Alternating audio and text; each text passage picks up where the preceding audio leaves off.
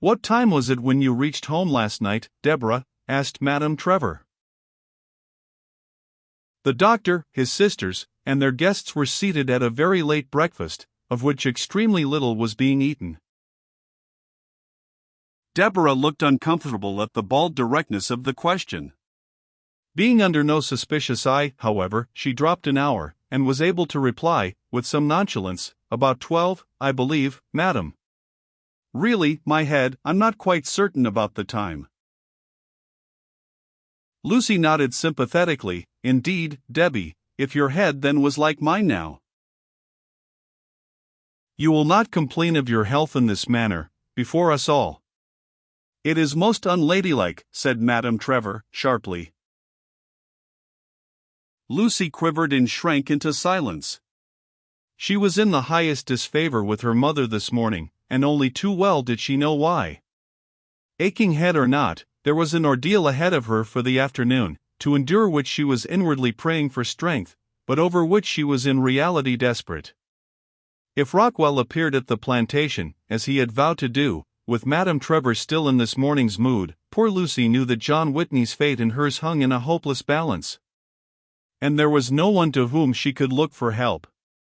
Virginia and Deborah would be very kind, but neither of them could bring any opposition to her mother's intention. Of Vincent she did not think at all. Had she done so, it would have been merely to add a new despair, for to consider Vincent as her ally against his mother was impossible on the face of it. So little Lucy reasoned, dolefully, through the meal, till her attention was caught by Vincent's question. "Where's Charles, Dr. Fairfield, I mean?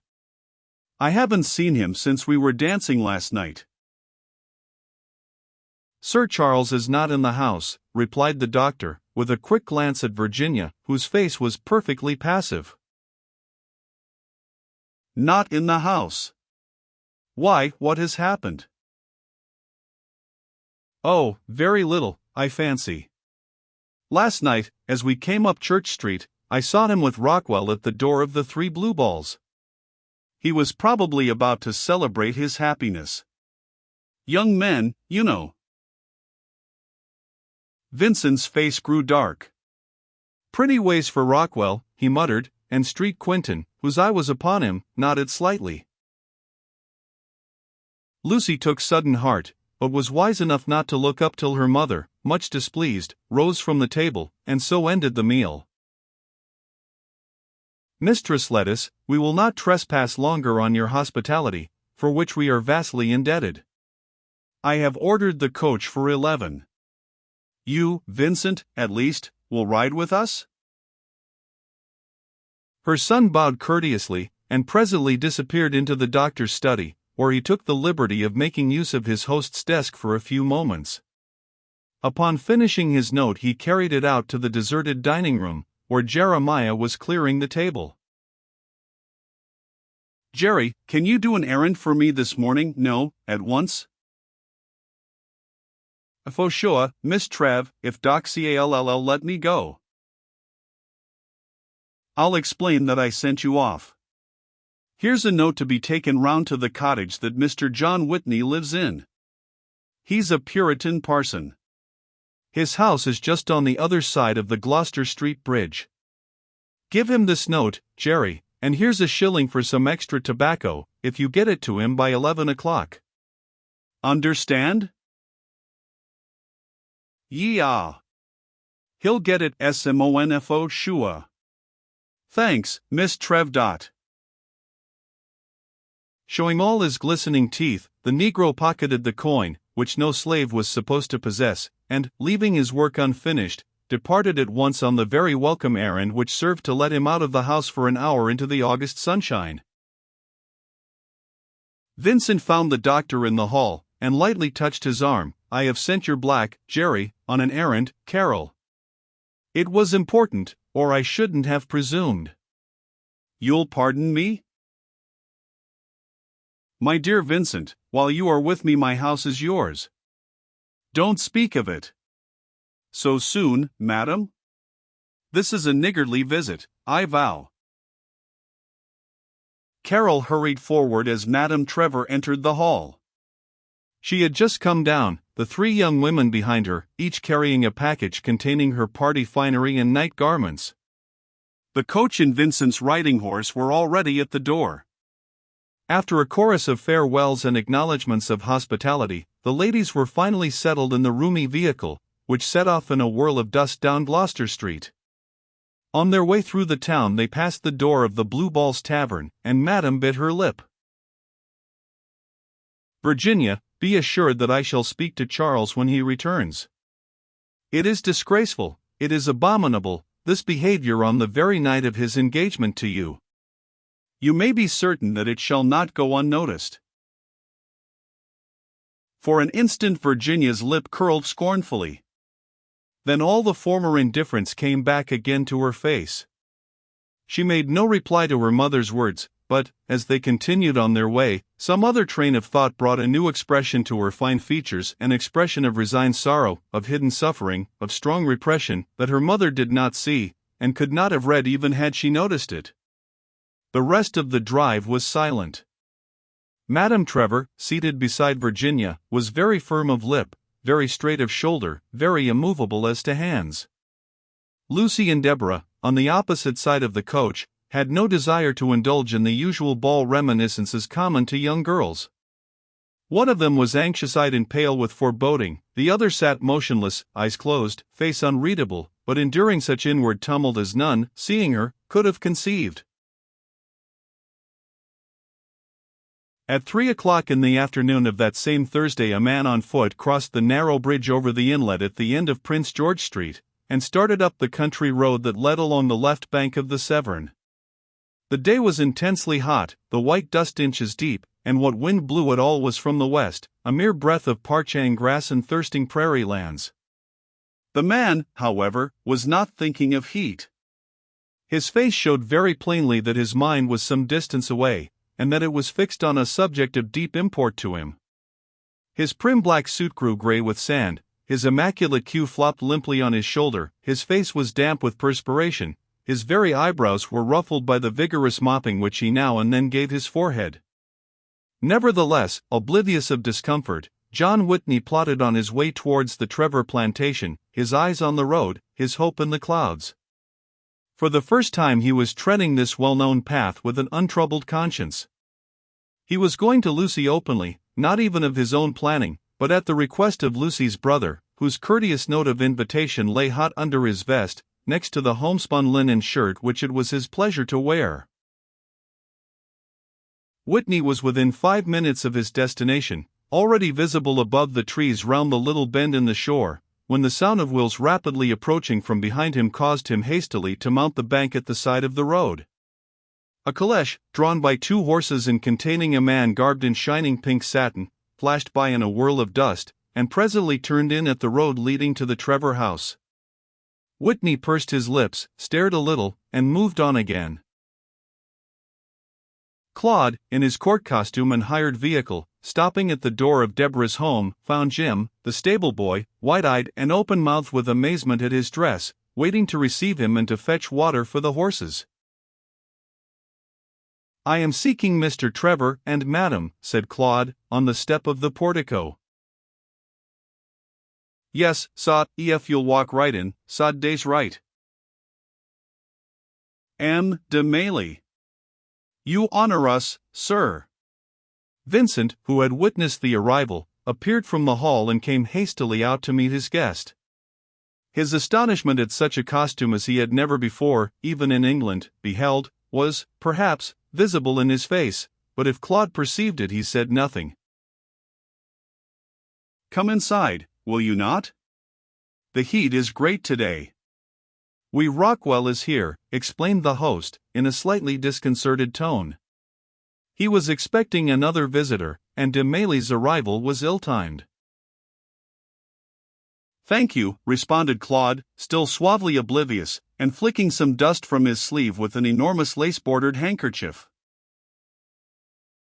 Side by side they entered the hall, wherein, all very stiff as to appearance, and even more uncomfortable in expression, sat Madame Trevor, Lucy, Virginia, and George Rockwell.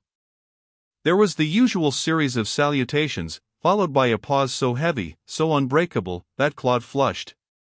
He glanced at the rector, to find that gentleman glaring at him with a mixture of intense apprehension and extreme anger. Madame Trevor looked infinitely annoyed, and her lips were firmly set. Lucy, dull, mute, motionless, was pathetically hopeless. Finally, Virginia, with a kind of dry humor, set herself to save the situation. "Perhaps, Emma de Mailly," she said, "you come as suitor for my sister Lucy's hand?" Claude turned to her quickly. "I have not that honor, Miss Trevor. I had, indeed, understood that your sister was already, bespoken. I came to ask of Mr. Trevor that I may pay my addresses to Miss Travis." "Deborah!" cried both Lucy and her mother. Rockwell breathed, a sweat broke gently upon his brow, and all danger of spontaneous combustion was happily at an end. "Deborah, madam," repeated Claude, quietly. At the same moment a dusty figure ascended the portico steps and came presently into the hall. At sight of him Lucy grew pink, Rockwell purple, and Virginia Trevor very white. Madame bridled as she saw her son grasp the Puritan cordially by the hand, and Claude glanced rapidly over the face and figure, which were not unlike his own. John Whitney looked measuredly round the circle, greeted his rival with perfect imperturbability, sent a long glance into Lucy's eyes, and profoundly saluted Madame Trevor, who returned the bow with the barest inclination of her head. Then Vincent spoke. "Am de Mailly, let me make you known to the Reverend Mr. Whitney, of Boston. Gentlemen, you are here on like errands. 'Tis a curious thing. Perhaps it were as well to settle all, here, at once." "I protest, sir," cried Rockwell, jumping up. "The present matter lies between Mistress Lucy, Master Whitney, and myself. I vow no stranger shall be in it." "The Count de Mailly is no stranger, sir," returned Vincent. "He has announced his intention, without hesitancy, before you. I see no objection to his learning that you and that gentleman are rivals for the hand of my sister Lucy, and that you are here today in order that the affair be decided once for all. I cannot see any necessity for discussion, Vincent. Lucy is promised to Mr. Rockwell." "Mr. Whitney has nothing to do with the affair," observed Madame Trevor, rather insolently. The controversy being now open, Claude was, for the moment, forgotten. "Madam, I crave pardon, but Mr. Whitney has just this to do with the matter. It appears, from all I have heard, that Lucy herself does not care for Mr. Rockwell as she should care for the man she marries.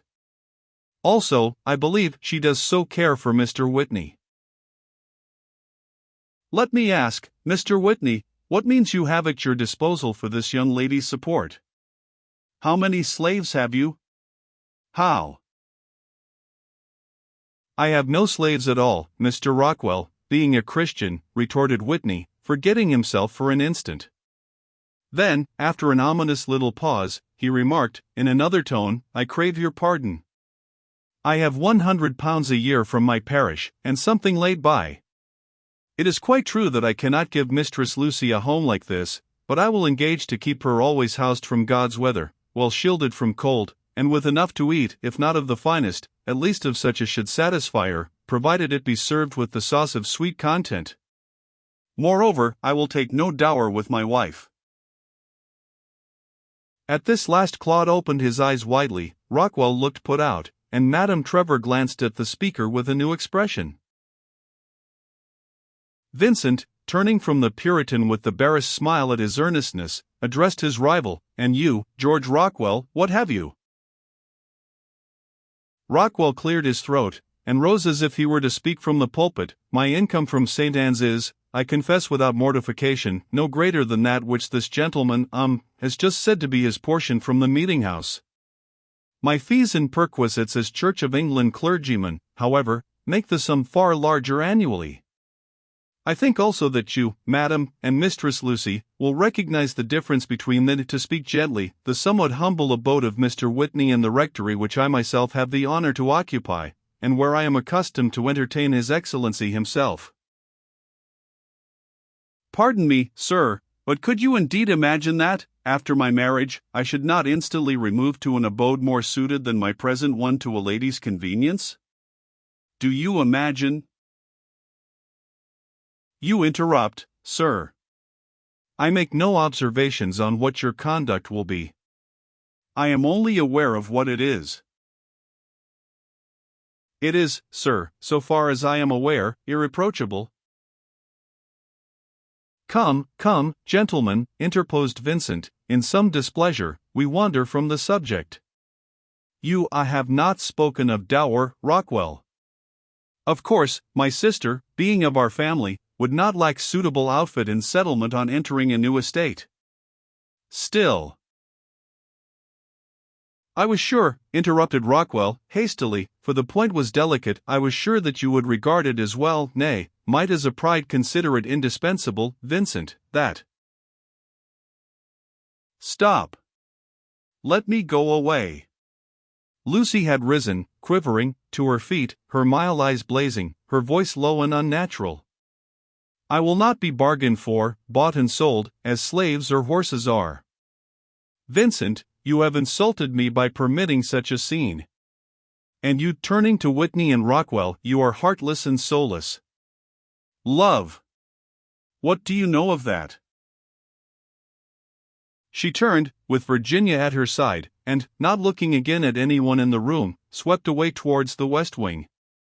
As her daughter departed, Madame Trevor rose undecidedly, then reseated herself, with a new and firm intention of having more to say in the forthcoming battle than she had had heretofore. 3 of the men, Vincent and the rivals, were staring at each other, Whitney and Trevor in mortification, Rockwell merely in surprise. Egad, murmured Vincent, softly, the little girl was right. I apologize to you, Mr. Trevor, and to Mistress Lucy, for my utterly thoughtless and discourteous behavior, cried Whitney. Indeed, I was thoughtless and unfeeling. I most painfully acknowledge that your sister's anger became the situation. Oh, the lady was piqued, sir, at your lack of worldly goods, observed Rockwell, with a grin of ingenuous conceit. Claude regarded the man with languid disgust. Vincent flushed angrily, and Madame Trevor rose. We waste time, gentlemen, she said. It is perfectly fitting that these matters should form part of the discussion. For my part, Mr. Rockwell, I am entirely with you. I wish my daughter to marry you, since I believe you competent of caring for her as should be. As to the settlements, of course. Pardon me, madam, but this is quite useless, interrupted Vincent, coming forward, with the light of sudden resolve in his eyes. You are aware that once before this matter has been most unsatisfactorily decided in this way. My sister has continually denied your statement that she was affianced to Mr. Rockwell, and I have been led to believe that it was through her attachment to Mr. Whitney, who some time since honorably professed to me his love for her. As legal head of this house, then, I cannot feel it otherwise than just to insist that my sister herself, and none other, shall choose between these two, and I now say that it shall be entirely without consideration of dower, settlement, or perquisite. Further, I maintain that, if Lucy choose to reject both of these gentlemen, of her own free will, she shall thereafter be housed and protected under my roof till she find some one to her taste, or till she die here unmarried. Well spoken, sir, cried Whitney, bravely, while Madame Trevor stood aghast, and Claude, intensely interested in the scene, deliberatively crossed the room and sat down with his back to the wall. You mean to inform me that my authority is at naught in this household? Inquired Madame Trevor, hoarse with excitement and anger. I am thinking only of Lucy's happiness, returned her son, gently. She must be called to come back. I, certainly, shall not remain to witness the scene. Gentlemen, excuse me for one instant. I will summon my sister." Vincent left the room, but, in spite of herself, his mother stayed. She was too deeply interested to go, and, despite her traditions, Lucy's happiness was really quite as dear to her as to her son. Claude, from behind the others, philosophized a little in the silence. How differently had such a scene been conducted in his country? There would have been no argument, no difficulty. Above all, Lucy herself would have been the last person to be consulted. Rockwell, for his means and position, would certainly have been chosen, and, if it were a court affair, Whitney might have become her general escort afterwards. Claude sighed. This colonial boorishness produced far better results. Ethics here were regarded with some degree of blind appreciation. In his own country it was not so. A second sigh was in his heart when Lucy, preceded by her brother, re-entered the room. There was still perfect silence. Near the doorway the young girl paused. She was pale and red-eyed, but steady of manner. The two clergymen, side by side, faced her, with Vincent to the right, and his mother upon the left. Claude, quite forgotten, still looked on from the opposite wall. "Lucy, I have brought you back here that you yourself may make choice between these men. Let me now, then, entreat you, most earnestly, to consider, to decide not hastily, but as in heart and mind you deem wisest. Love is not always all. Respect, firmness, wisdom, ability to protect, these are as strong. I place confidence in you, Lucy, and, in return, I ask sincerity from you. We will wait as long as you will. Choose." During his words Lucy had looked earnestly at her brother. Now, however, her eyes fell. A delicate smile broke over her face, and when finally she looked up it was to encounter the eyes of John Whitney, who was regarding her with a look of such mingled love, fear, and longing, that she would not torture him by suspense. Gently she extended one hand, one arm to him, while her lips smiled come, and her face grew beautiful with the lovelight in it. He went, never heeding the rest, no longer aware, perhaps, that they were by. And, as he clasped her in his strong, young, Puritan arms, Claude looked courteously out a window, but Madame Trevor, with a curious dryness in her throat, turned suddenly away. As to Rockwell, he left the house very quietly, with just what feeling in his heart no one ever knew. Then Vincent, all at once perceiving Claude, and remembering his pink satin errand, took him quietly by the arm, and led him into the parlor, Madame Trevor following them. The three sat down in the stiff little apartment, the closed door shutting the two in the hall from their sight.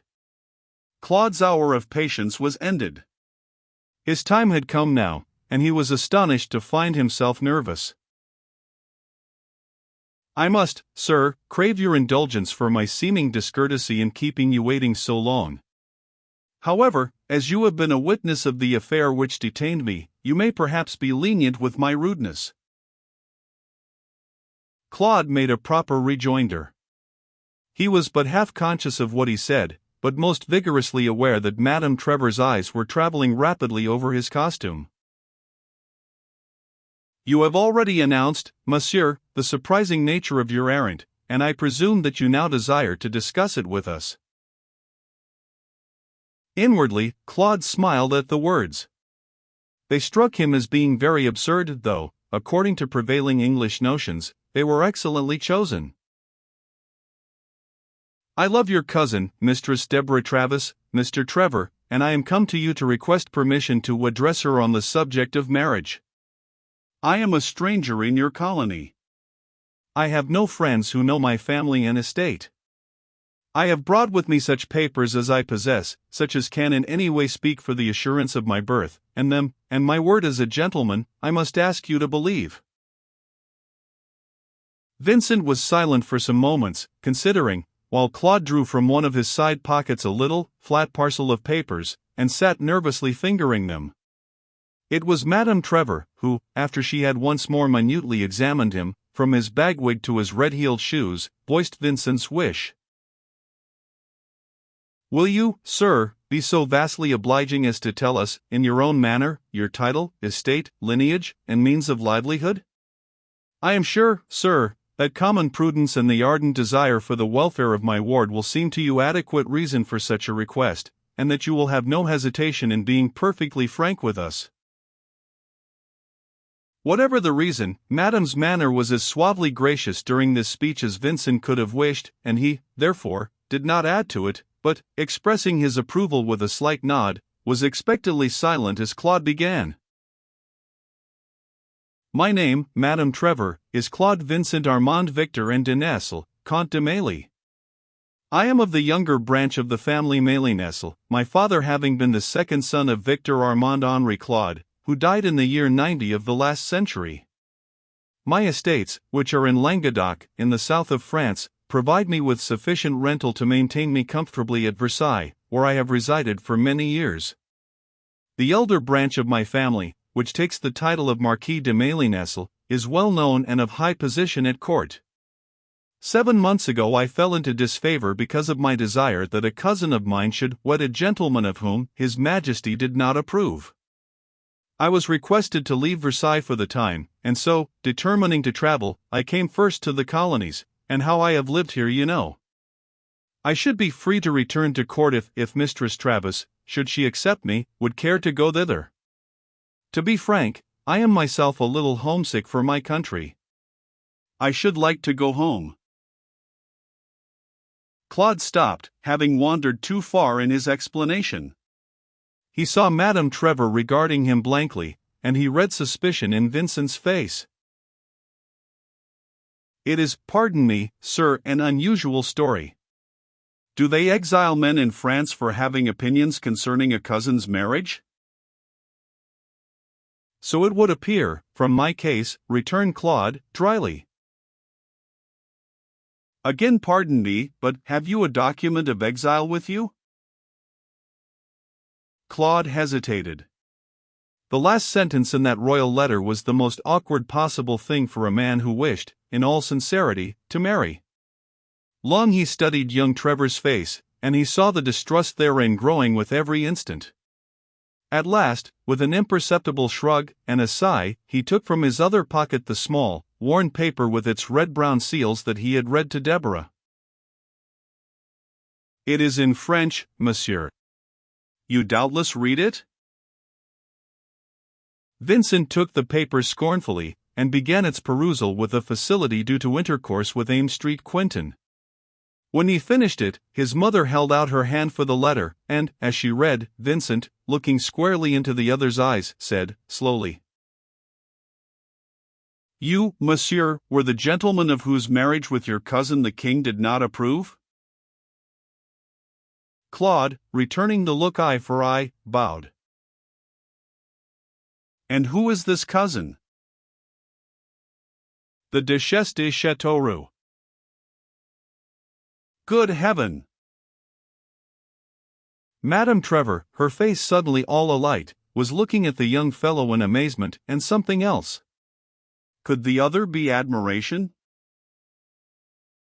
Your cousin is the... Claude nodded. Silence.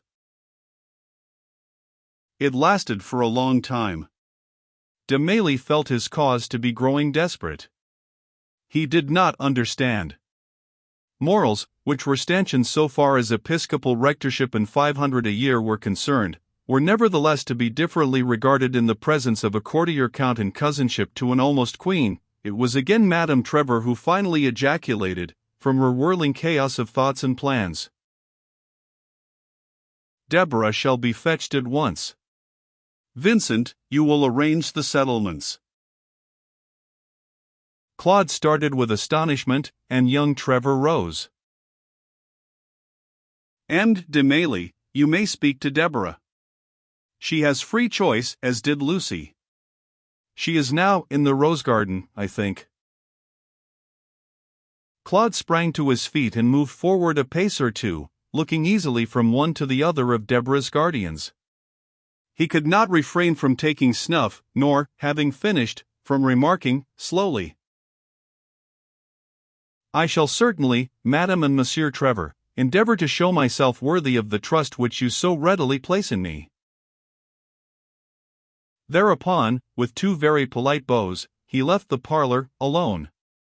On entering the hall he was greeted by the sound of pawing hoofs, a negro's voice, and the steps of two men on the portico.